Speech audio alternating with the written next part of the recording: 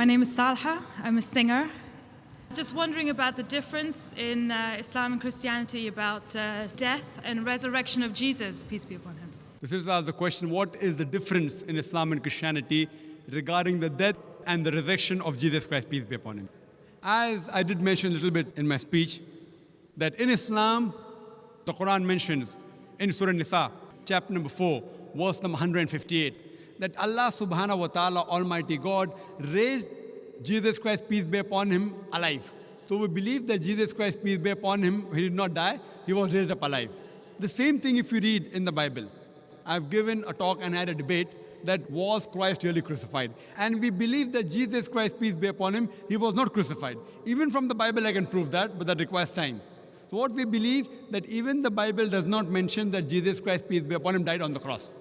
But there's a difference in the reading of the common Christians. They said that Jesus Christ, peace be upon him, was crucified. For that you can see my debate, was Christ really crucified? As far as the second coming is concerned, we Muslims believe that Jesus Christ, peace be upon him, will come again on the face of the earth, which is also believed by the Christians. We believe he's going to come again. The reason we believe that Jesus Christ, peace be upon him, has been raised up alive is because he is the only messenger of Allah subhanahu wa ta'ala, of Almighty God, whose followers as a whole mistook that he claimed divinity. He's the only messenger.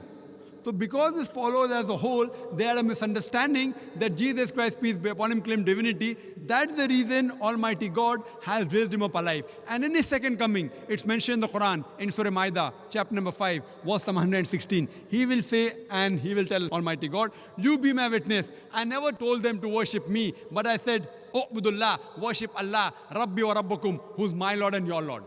And similarly, it's mentioned, if you read the Gospel, it's mentioned in the Gospel, in his second coming, Jesus Christ, peace be upon him, many people will say, oh Lord, did we not do wonders and miracles in your name? So Jesus Christ will say, ye men of iniquity, ye sinful people, you depart from here, I don't even know you.